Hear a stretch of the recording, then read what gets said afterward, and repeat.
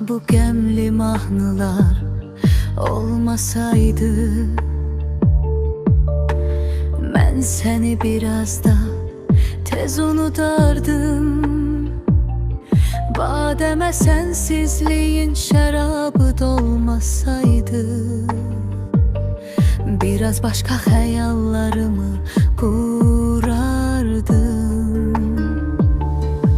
Senin etrini özledim her gece. Gel son defa kucaklaşak gizlice. Güya sen darıxmamısan benim üçün. Gürurunu saxla bugün sessize. İstəmirəm sensiz olan bu dünyada. Mənə səndən əziz yoxdur bu dünyada.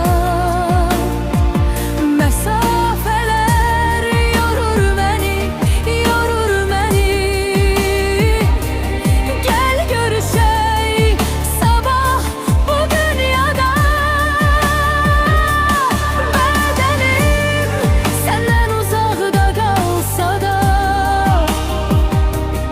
ürəyim sənlədir dünyam dağılsa da.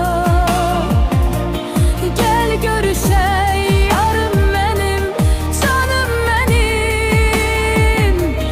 Mənə səndən əziz yoxdur bu dünyada. Sənin ətrini özlədim hər gecə. Gəl son dəfə qucaqlaşaq gizlicə. Güya sən darıxmamısan mənim üçün.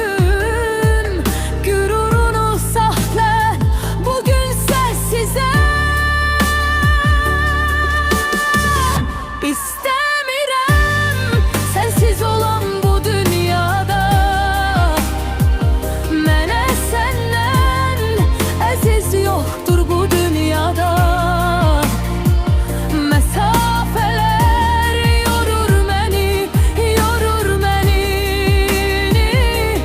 Gəl görüşək sabah bu dünyada. Bədənim səndən uzaqda qalsa da, ürəyim sənlədir dünyam dağılsa da.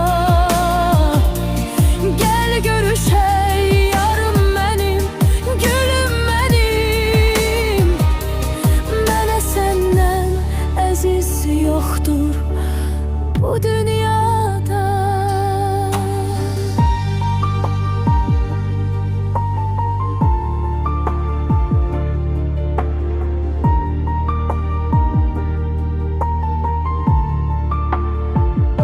İstəmirəm sensiz olan bu dünyada. Mənə səndən əziz yoxdur bu dünyada. Məsafələr